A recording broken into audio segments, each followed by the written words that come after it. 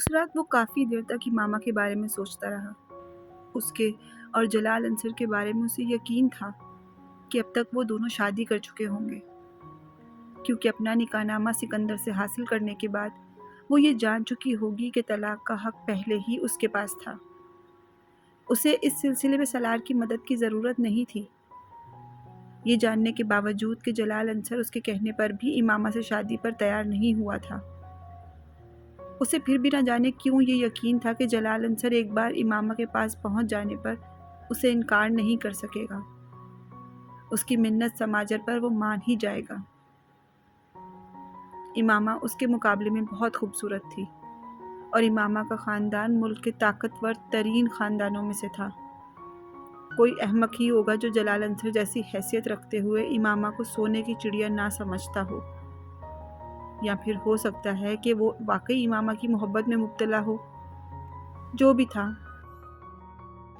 اسے یقین تھا کہ وہ دونوں شادی کر چکے ہوں گے، اور پتہ نہیں کس طرح ہاشم مبین کی آنکھوں میں دھول جھونک کر چھپنے میں کامیاب ہوئے ہوں گے۔ یا یہ بھی ممکن ہے کہ ہاشم مبین نے ابھی تک انہیں ڈھونڈ نکالا ہو۔ مجھے پتہ تو کرنا چاہیے اس بارے میں، اس نے سوچا، اور پھر اگلے ہی لمحے خود کو جھڑکا۔ فار گاڈ سیک سالار، دفع کرو، اسے جانے دو، کیوں خامخواہ اس کے پیچھے پڑ گئے ہو؟ یہ جان کر آخر کیا مل جائے گا کہ ہاشم مبین اس تک پہنچے ہیں یا نہیں؟ اس نے بے اختیار خود کو جھڑکا، اور اس کا تجسس ختم نہیں ہوا، مگر واقعی میں نے یہاں آنے کے بعد یہ جاننے کی کوشش کیوں نہیں کی کہ ہاشم مبین اب تک اس تک پہنچے ہیں یا نہیں؟ اسے حیرانی ہو رہی تھی۔ میرا نام وینس ایڈورڈ ہے، وہ لڑکی اس کی طرف اپنا ہاتھ بڑھاتے ہوئے بولی۔ وہ اس وقت لائبریری کی بک شیلف سے ایک کتاب نکال رہا تھا جب وہ اس کے قریب آئی۔ سالار سکندر، اس نے وینس سے ہاتھ ملاتے ہوئے اپنا تعارف کروایا۔ میں جانتی ہوں تمہیں تعارف کی ضرورت نہیں ہے، وینس نے بڑی گرم جوشی سے کہا۔ سالار نے اسے یہ نہیں کہا کہ اسے بھی تعارف کی ضرورت نہیں تھی۔ وہ اپنی کلاس کے 50 لوگوں کو ان کے نام سے جانتا اور پہچانتا تھا۔ نہ صرف یہ، بلکہ وہ بریف بائیو ڈیٹا بھی بغیر ان کی کسی غلطی کے بتا سکتا تھا۔ جیسے وہ ہیوریج کمپنی میں کام کرتی رہی تھی، وہ نیو جرسی سے آئی تھی، اس کے پاس مارکیٹنگ میں ایک ڈگری تھی اور وہ اب دوسری ڈگری کے لیے وہاں آئی تھی، اور وہ اس سے کم از کم 6-7 سال بڑی تھی۔ اگرچہ اپنے قد و قامت سے سالار اس سے بہت بڑا لگتا تھا، مگر وہ جانتا تھا کہ اس وقت وہ اپنے بیچ میں سب سے کم عمر تھا۔ اپنے بیچ میں صرف وہی تو تھا جو کسی قسم کی جاب کیے بغیر سیدھا MBA کے لیے وہاں آیا تھا۔ باقی سب کے پاس کہیں نہ کہیں کچھ سال کام کرنے کا تجربہ تھا، مگر اس وقت وینس کو یہ سب کچھ بتانا اسے خوش فہمی کا شکار کرنے کے مترادف تھا۔ اگر میں آپ کو کافی کی دعوت دوں تو، وینس نے اپنا تعارف کروانے کے بعد کہا، تو میں اسے قبول کر لوں گا۔ وہ اس کی بات پر ہنسی۔ تو پھر چلتے ہیں، کافی پیتے ہیں۔ سالار نے کندھے اچکائے اور کتاب کو دوبارہ شیلف میں رکھ دیا۔ کیفیٹیریا میں بیٹھ کر وہ دونوں تقریباً آدھا گھنٹہ ایک دوسرے کے ساتھ باتیں کرتے رہے۔ وینس کے ساتھ اس کی شناسائی کا آغاز تھا۔ سالار کے لیے کسی لڑکی کے ساتھ تعلقات بڑھانا کوئی مشکل کام نہیں تھا، اور وہ یہ کام بہت آسانی سے کر لیتا تھا۔ اس بار مزید آسانی یہ تھی کہ پہل وینس کی طرف سے ہوئی تھی۔ 3-4 ملاقاتوں کے بعد اس نے ایک رات وینس کو اپنی فلیٹ پر رات گزارنے کے لیے انوائٹ کر لیا، اور وینس نے کسی تعامل کے بغیر اس کی دعوت کو قبول کر لیا۔ وہ دونوں یونیورسٹی کے بعد اکٹھے بہت ہی جگہوں پر پھرتے رہتے۔ سالار کے فلیٹ پر ان کی واپسی لیٹ نائٹ ہی ہوا کرتی تھی۔ وہ کچن میں اپنے اور اس کے لیے گلاس تیار کرنے لگا، جبکہ وینس بے تکلفی سے ادھر ادھر پھرتے ہوئے اس کے اپارٹمنٹ کا جائزہ لے رہی تھی۔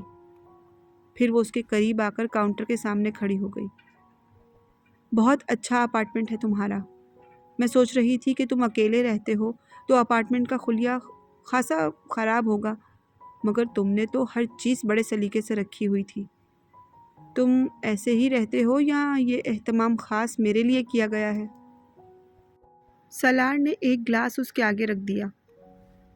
میں ایسے ہی رہتا ہوں، کرینے اور طریقے سے۔ اس نے گھونٹ بھرا اور گلاس دوبارہ کاؤنٹر پر رکھتے ہوئے وہ وینس کے قریب چلا آیا۔ اس نے اس کے دونوں کندھوں پر ہاتھ رکھ دیے۔ وینس مسکرائی۔ سالار نے اسے اپنے اور کچھ قریب کر لیا اور پھر ایک دم وہ ساکت سا ہو گیا۔ اس کی نظریں وینس کے گردن کی زنجیر میں جھولتے ہوئے اس موتی پر پڑی تھی جسے آج اس نے پہلی بار دیکھا تھا۔ سردی کے موسم کی وجہ سے وینس بھاری بھرکم سویٹرز اور جیکٹ پہنا کرتی تھی۔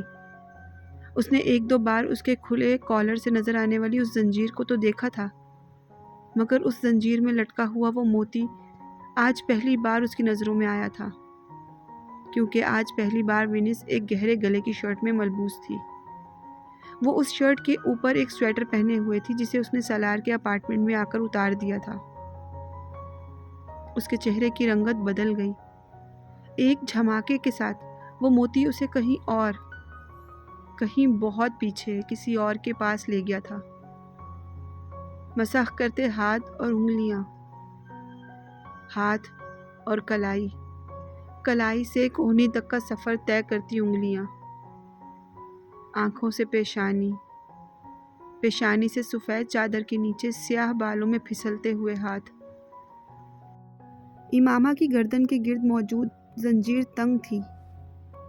اس میں لٹکنے والا موتی اس کی ہنسلی کی ہڈی کے ساتھ بالکل جھولتا رہتا تھا۔ زنجیر تھوڑی سی بھی لمبی ہوتی تو اسے دیکھ نہ پاتا۔ اس رات وہ بہت تنگ گلے کی شرٹ اور سویٹر پہنے ہوئے تھی۔ اس موتی کو دیکھتے ہوئے وہ کچھ دیر کے لیے مفلوج سا ہو گیا۔ وہ اسے کس وقت یاد آئی تھی؟ اس نے موتی سے نظریں چرانے کی کوشش کی۔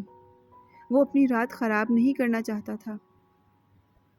اس نے وینس کو دیکھ کر دوبارہ مسکرانے کی کوشش کی اور وہ اس سے کہہ رہی تھی، مجھے تمہاری آنکھیں بہت خوبصورت لگتی ہیں۔ مجھے تمہاری آنکھوں سے گھن آتی ہے۔ کسی آواز نے ایک چابک مارا اسے اور اس کے چہرے کی مسکراہٹ یکدم غائب ہو گئی۔ وینس کے وجود سے اپنے بازو ہٹاتے ہوئے وہ چند قدم پیچھے مڑا اور کاؤنٹر پر پڑا ہوا گلاس اٹھا لیا۔ وینس اسے دیکھ کر ہکا بکا رہ گئی۔ کیا ہوا؟ وہ چند قدم آگے بڑھی اور اس کے کندھے پر ہاتھ رکھتے ہوئے کچھ تشویش سے پوچھا۔ سالار نے کچھ کہے بغیر ایک ہی سانس میں گلاس کو خالی کر دیا۔ وینس اس کے جواب نہ دینے پر اب کچھ الجھے ہوئے انداز میں اسے دیکھ رہی تھی۔ وینس میں اس کی دلچسپی ختم ہونے میں صرف چند منٹ لگے تھے۔ وہ نہیں جانتا اسے کیوں اس کے وجود سے الجھن ہونے لگی۔ وہ پچھلے 2 گھنٹے ایک نائٹ کلب میں اس کے ساتھ ڈانس کرتا رہا تھا۔ وہ اس کے ساتھ بے حد خوش تھا اور اب چند منٹوں میں سالار نے اپنے کندھے جھٹکے اور سنک کی طرف چلا گیا۔ وہ اپنا گلاس دھونے لگا۔ وینس دوسرا گلاس لے کر اس کے پاس چلی آئی۔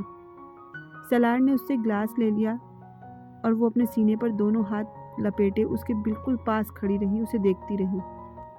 سالار کو اس کی نظروں سے جھنجھلاہٹ ہو رہی تھی۔ میری طبیعت کچھ ٹھیک نہیں ہے، گلاس کو شیلف پر رکھتے ہوئے اس نے وینس سے کہا اور وہ حیرانی سے اسے دیکھنے لگی۔ وہ بالواسطہ طور پر اسے وہاں جانے کے لیے کہہ رہا تھا۔ وینس کے چہرے کا رنگ بدل سا گیا۔ سالار کا یہ رویہ بے حد توہین آمیز تھا۔ وہ چند لمحے اسے گھورتی رہی اور پھر تیزی کے ساتھ اپنا سویٹر اور بیگ اٹھا کر اپارٹمنٹ کا دروازہ دھماکے سے بند کر کے باہر نکل گئی۔ دونوں ہاتھوں سے وہ اپنا سر پکڑ کر سوفے پہ بیٹھ گیا۔ وینس اور امامہ میں کہیں بھی کسی بھی قسم کی کوئی مشابہت نہیں تھی۔ دونوں کی گردنوں میں موجود موتی بھی بالکل ایک جیسا نہیں تھا۔ اس کے باوجود اس وقت اس کی گردن میں جھولتے ہوئے اس موتی کو دیکھ کر وہ بے اختیار یاد آئی تھی۔ کیوں؟ اب پھر کیوں؟ آخر اس وقت کیوں؟ وہ بے حد مشتعل ہو رہا تھا۔ اس کی وجہ سے اس کی رات خراب ہو گئی تھی۔ اس نے سینٹرل ٹیبل پر پڑا ہوا ایک کرسٹل کا گلدان اٹھایا اور پوری قوت سے اسے دیوار پر دے مارا۔ ویکینڈ کے بعد وینس سے اس کی دوبارہ ملاقات ہوئی، لیکن وہ اسے بڑے روکھے اور اکھڑے ہوئے انداز میں ملا۔ یہ اس سے تعلقات شروع کرنے سے پہلے ہی ختم کرنے کا واحد راستہ تھا۔ اسے ہر اس عورت سے جھنجھلاہٹ ہوتی تھی جو اسے کسی بھی طرح سے امامہ کی یاد دلاتی، اور وینس ان عورتوں میں شامل ہو گئی تھی۔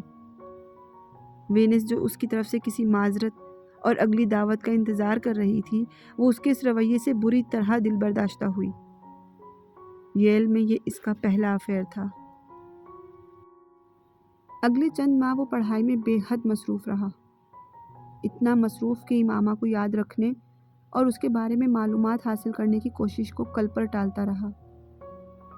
شاید یہ سلسلہ ابھی چلتا رہتا اگر اس شام اچانک اس کی ملاقات جلال انصر سے نہ ہو جاتی۔ وہ ویکینڈ پر بوسٹن گیا ہوا تھا، جہاں اس کے چچا رہتے تھے۔ وہ وہاں اپنے ایک کزن کی شادی اٹینڈ کرنے آیا تھا۔ اس شام سلار اپنے کزن کے ہمراہ تھا جو ایک ریسٹورنٹ چلا رہا تھا۔ وہ وہاں کھانا کھانے آیا ہوا تھا۔ اس کا کزن آرڈر دینے کے بعد کسی کام سے اٹھ کر گیا تو سلار کھانے کا انتظار کر رہا تھا، جب کسی نے اس کا نام لے کر پکارا۔ ہیلو۔ سلار نے بے اختیار مڑ کر اسے دیکھا۔ آپ سلار ہیں؟ اس آدمی نے پوچھا۔ وہ جلال انصر تھا۔ اسے پہچاننے میں اسے لمحہ بھر کے لیے دقت اس لیے ہوئی تھی کیونکہ اس کے چہرے سے اب داڑھی غائب تھی۔ سلار نے کھڑے ہو کر اس سے ہاتھ ملایا۔ 1 سال پہلے کا ایڈونچر ایک بار پھر اس کی آنکھوں کے سامنے گھوم گیا۔ رسمی الیکس لیک کے بعد اس نے جلال کو رسمن کھانے کی دعوت دی۔ نہیں، مجھے ذرا جلدی ہے، بس آپ پر اتفاقاً نظر پڑ گئی تو آ گیا، جلال نے اپنی گھڑی پر نظر ڈالتے ہوئے کہا۔ امامہ کیسی ہے؟ جلال نے بات کرتے کرتے اچانک کہا۔ سلار کو لگا وہ اس کا سوال ٹھیک سے سن نہیں سکا۔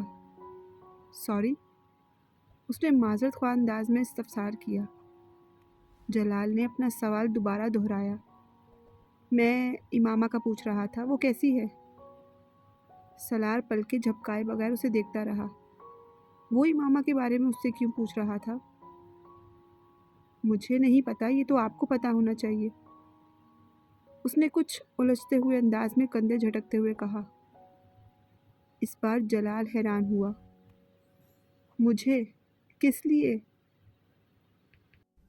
کیونکہ وہ آپ کی بیوی ہے۔ میری بیوی؟ جلال کو جیسے کرنٹ لگا۔ اب کیا کہہ رہے ہیں؟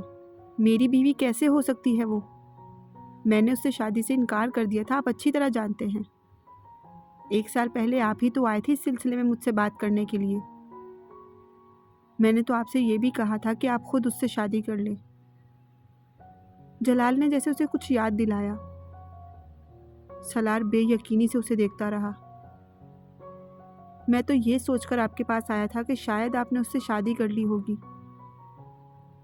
وہ اب اسے وضاحت دے رہا تھا۔ آپ نے اس سے شادی نہیں کی؟ سلار نے پوچھا۔ نہیں، آپ سے تو میری ساری بات ہوئی تھی نا، میں نے انکار کر دیا تھا، پھر اس سے میری شادی کیسے ہو سکتی تھی؟ پھر میں نے سنا کہ وہ گھر سے چلی گئی، میں نے سوچا آپ کے ساتھ کہیں چلی گئی ہوگی، اس لیے تو آپ کو دیکھ کر آپ کی طرف آیا تھا۔ میں نہیں جانتا وہ کہاں ہے، میں تو پچھلے 7-8 ماہ سے یہی ہوں، سلار نے کہا، اور مجھے یہاں آئے ہوئے 2 ماہ ہوئے ہیں۔ مجھ سے ملاقات کے بعد کیا اس نے دوبارہ آپ سے رابطہ یا ملاقات کرنے کی کوشش کی تھی؟ سلار نے کچھ الجھتے ہوئے انداز میں پوچھا۔ نہیں، وہ مجھ سے نہیں ملی۔ یہ کیسے ہو سکتا ہے کہ لاہور جا کر اس نے آپ سے رابطہ کرنے کی کوشش نہ کی ہو؟ سلار کو اس کی بات پر یقین نہیں آیا۔ مجھ سے رابطہ کرنے سے کیا ہوتا؟ وہ آپ کے لیے تو گھر سے نکلی تھی، اسے آپ کے پاس جانا چاہیے تھا۔ نہیں، وہ میرے لیے گھر سے نہیں نکلی تھی۔ آپ تو اچھی طرح جانتے ہیں کہ میں نے اسے بتا دیا تھا کہ میں اس سے شادی نہیں کر سکتا۔ پھر آپ یہ مت کہیں کہ وہ میرے لیے گھر سے نکلی تھی۔ جلال کے لہجے میں اچانک کچھ تبدیلی آ گئی۔ ساری بات آپ ہی سے تو ہوئی تھی۔ کیا آپ واقعی سچ کہہ رہے ہیں کہ وہ دوبارہ آپ کے پاس نہیں گئی؟ میں آپ سے جھوٹ کیوں بولوں گا؟ اور اگر وہ میرے ساتھ ہوتی تو میں آپ کے پاس اس کے بارے میں پوچھنے کیوں آتا؟ مجھے دیر ہو رہی ہے۔ جلال کے لہجے میں اب بے نیازی تھی۔ آپ مجھے اپنا کانٹیکٹ نمبر دے سکتے ہیں؟ نہیں، میں نہیں سمجھتا کہ اب آپ کو مجھ سے اور مجھے آپ سے دوبارہ رابطے کی ضرورت پڑ سکتی ہے، جلال نے بڑی صاف گوئی سے کہا اور وہ واپس مڑ گیا۔ سلار کچھ الجھے ہوئے انداز میں اس کی پشت پر نظریں جمائے رہا۔ یہ ناقابل یقین بات تھی کہ وہ جلال سے نہیں ملی۔ کیوں؟ کیا اس نے میری اس بات پر واقعی یقین کر لیا تھا کہ جلال نے شادی کر لی ہے؟ سلار کو اپنا جھوٹ یاد آیا۔ مگر یہ کیسے ممکن ہے؟ وہ مزید الجھا۔ میری بات پر اسے یقین کیسے آ سکتا ہے جبکہ وہ کہہ بھی رہی تھی کہ اسے میری بات پر یقین نہیں ہے؟ وہ کرسی کھینچ کر دوبارہ بیٹھ گیا۔ اور اگر جلال کے پاس نہیں گئی تو پھر وہ کہاں گئی؟ کیا کسی اور شخص کے پاس، جس سے اس نے مجھے بھی بے خبر رکھا؟ مگر یہ ممکن نہیں ہے۔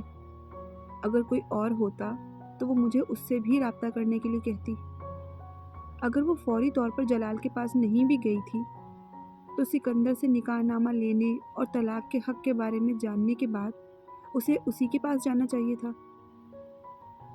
وہ یہ نہیں جانتا تھا کہ اس نے جلال کی اس فرضی شادی کے بارے میں اسے کیوں بتایا۔ شاید وہ اسے پریشان کرنا چاہتا تھا، یا پھر یہ دیکھنا چاہتا تھا کہ اب وہ کیا کرے گی، یا پھر شاید وہ بار بار اس کے اس مطالبے سے تنگ آ گیا تھا کہ وہ پھر جلال کے پاس جائے، پھر جلال سے رابطہ کرے۔ وہ ایسا کرنے کی وجہ سے نہیں جانتا تھا۔ جو بھی تھا، بہرحال اسے یقین تھا امامہ جلال کے پاس ہی جائے گی۔ مگر سلار کو اب پتہ چلا تھا کہ اس کی توقع یا اندازے بالکل برعکس تھے۔ وہ وہاں گئی ہی نہیں۔ ویٹر اب کھانا سرو کر رہا تھا اور اس کا کزن آ چکا تھا۔ وہ دونوں باتیں کرتے ہوئے کھانا کھاتے رہے، مگر سلار کھانا کھاتے اور باتیں کرتے ہوئے بھی مسلسل امامہ اور جلال کے بارے میں سوچتا رہا۔ کئی ماہ بعد یکدم اس کے ذہن میں پھر وہ تازہ ہو گئی۔ کہیں ایسا تو نہیں کہ وہ دوبارہ اپنے گھر واپس چلی گئی ہو؟ کھانا کھاتے کھاتے اسے اچانک یاد آیا، ہاں یہ ممکن ہے۔ اس کا ذہن متواتر ایک ہی جگہ پر اٹکا ہوا تھا۔ مجھے پاپا سے بات کرنی چاہیے، انہیں یقیناً اس کے بارے میں کچھ نہ کچھ تو پتہ ہوگا۔ سکندر عثمان بھی ان دنوں شادی میں شرکت کی غرض سے وہیں تھے۔ واپس گھر آنے کے بعد رات کے قریب جب اس نے سکندر کو تنہا دیکھا تو اس نے ان سے امامہ کے بارے میں پوچھا۔ پاپا، کیا امامہ واپس اپنے گھر آ گئی ہے؟ اس نے کسی تمہید کے بغیر سوال کیا، اور اس کے اس سوال نے کچھ دیر کے لیے سکندر کو خاموش کر دیا۔ تم کیوں پوچھ رہے ہو؟ چند لمحوں بعد انہوں نے درشتی سے پوچھا۔ بس ایسے ہی۔ اس کے بارے میں اتنا غور و فکر کرنے کی ضرورت نہیں ہے۔ تم اپنی اسٹڈیز پر اپنا دھیان رکھو تو بہتر ہے۔ پاپا پلیز، آپ میرے سوال کا جواب دیں۔ اس نے مجھ سے کوئی رابطہ نہیں کیا۔ وہ رابطہ کرتی تو میں ہاشم مبین کو اس کے بارے میں بتا دیتا۔ سلار ان کا چہرہ دیکھتا رہا۔ میں نے تمہارے کمرے کی تلاشی لی تھی اور میرے ہاتھ وہ نکاح نامہ لگ گیا تھا۔ مجھے یہاں بھجواتے ہوئے آپ نے کہا تھا کہ آپ وہ پیپرز امامہ تک بھجوا دیں گے۔ ہاں، یہ اس صورت میں ہوتا اگر وہ مجھ سے رابطہ کرتی، مگر اس نے مجھ سے رابطہ نہیں کیا۔ تمہیں یہ یقین کیوں ہے کہ اس نے مجھ سے رابطہ ضرور کیا ہوگا؟ اس بار سکندر نے سوال کر ڈالا۔ سلار کچھ دیر خاموش رہا، پھر اس نے پوچھا، پولیس کو اس کے بارے میں کچھ پتہ نہیں چلا؟ نہیں، پولیس کو پتہ چلتا تو اب تک وہ ہاشم مبین کے گھر واپس آ چکی ہوتی، مگر پولیس ابھی بھی اس کی تلاش میں ہے۔ ایک بات تو طے ہے سلار، کہ اب تم دوبارہ امامہ کے بارے میں کوئی تماشا نہیں کرو گے۔ وہ جہاں ہے، جس حال میں ہے، تمہیں اپنا دماغ تھکانے کی ضرورت نہیں۔ اب تمہارا اس کے ساتھ کوئی تعلق نہیں ہے۔ پولیس جیسے ہی اسے ڈھونڈے گی میں وہ پیپر ہاشم مبین تک پہنچا دوں گا تاکہ تمہاری جان ہمیشہ کے لیے اس سے چھوٹ جائے۔ پاپا، کیا اس نے واقعی کبھی گھر فون نہیں کیا مجھ سے بات کرنے کے لیے؟ سالار نے ان کی بات پر غور کیے بغیر کہا۔ کیا وہ تمہیں فون کیا کرتی تھی؟ وہ ان کا چہرہ دیکھنے لگا۔ گھر سے چلے جانے کے بعد اس نے صرف ایک بار فون کیا تھا، پھر میں یہاں آ گیا۔ ہو سکتا ہے اس نے دوبارہ فون کیا ہو جس کے بارے میں آپ مجھے نہیں بتا رہے۔ اس نے تمہیں فون نہیں کیا۔ اگر کرتی تو میں تمہاری اور اس کی شادی کے بارے میں بہت سے معاملات کو ختم کر دیتا۔ میں تمہاری طرف سے اسے طلاق دے دیتا۔ یہ سب آپ کیسے کر سکتے ہیں؟ سالار نے بہت پرسکون انداز میں کہا۔ یہاں تمہیں بھجوانے سے پہلے میں نے ایک پیپر پر تمہارے سگنیچرز لیے تھے۔ میں طلاق نامہ تیار کروا چکا ہوں، سکندر نے جتاتے ہوئے کہا۔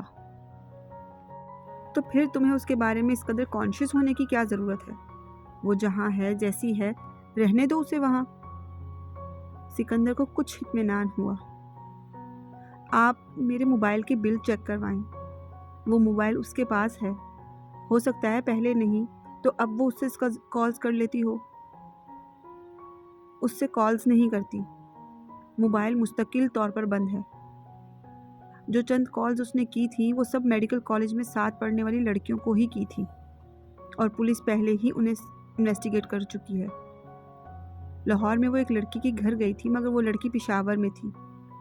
وہ اس کے واپس آنے سے پہلے ہی اس کے گھر سے چلی گئی۔ کہاں گئی یہ پولیس کو پتہ نہیں چل سکا۔ سالار چپتی ہوئی نظروں سے انہیں دیکھتا رہا، پھر اس نے کہا، آپ کو حسن نے میرے اور اس کے بارے میں بتایا تھا؟ سکندر کچھ بول نہیں سکے۔ موبائل کے امامہ کے پاس ہونے کے بارے میں صرف حسن ہی جانتا تھا۔ کم از کم یہ ایسی بات تھی جو سکندر عثمان صرف اس کے کمرے کی تلاشی لے کر نہیں جان سکتے تھے۔ اسے ان سے بات کرتے ہوئے پہلی بار اچانک حسن پر شبہ ہوا۔ سکندر عثمان کو اتنی چھوٹی موٹی باتوں کا پتہ تھا جو صرف اسے پتہ تھی یا پھر حسن کو، کوئی تیسرا ان سے واقف نہیں تھا۔ اس نے سکندر عثمان کو کچھ نہیں بتایا تو یقینی طور پر حسن ہی ہو سکتا تھا جس نے انہیں ساری تفصیلات سے آگاہ کیا تھا۔ اس سے کیا فرق پڑتا ہے کہ مجھے حسن نے بتایا ہے یا کسی اور نے؟ یہ تو ہو نہیں سکتا تھا کہ اس بات کے بارے میں مجھے پتہ نہ چلتا۔ یہ صرف میری حماقت تھی کہ میں نے ہاشم مبین کے الزامات کو سنجیدگی سے نہیں لیا اور تمہارے جھوٹ پر یقین کر لیا۔ سالار نے کچھ نہیں کہا، وہ صرف ماتھے پر تیوریاں لیے انہیں دیکھتا اور ان کی بات سنتا رہا۔ اب جب میں نے تمہیں اس سارے معاملے سے بچا لیا ہے تو تمہیں دوبارہ ایسی کوئی حرکت نہیں کرنی چاہیے جس سے، سکندر عثمان نے قدرے نرم و لہجے میں کہنا شروع کیا، مگر اس سے پہلے کہ وہ ان کی بات مکمل ہوتی سالار ایک جھٹکے سے اٹھ کر کمرے سے باہر نکل گیا۔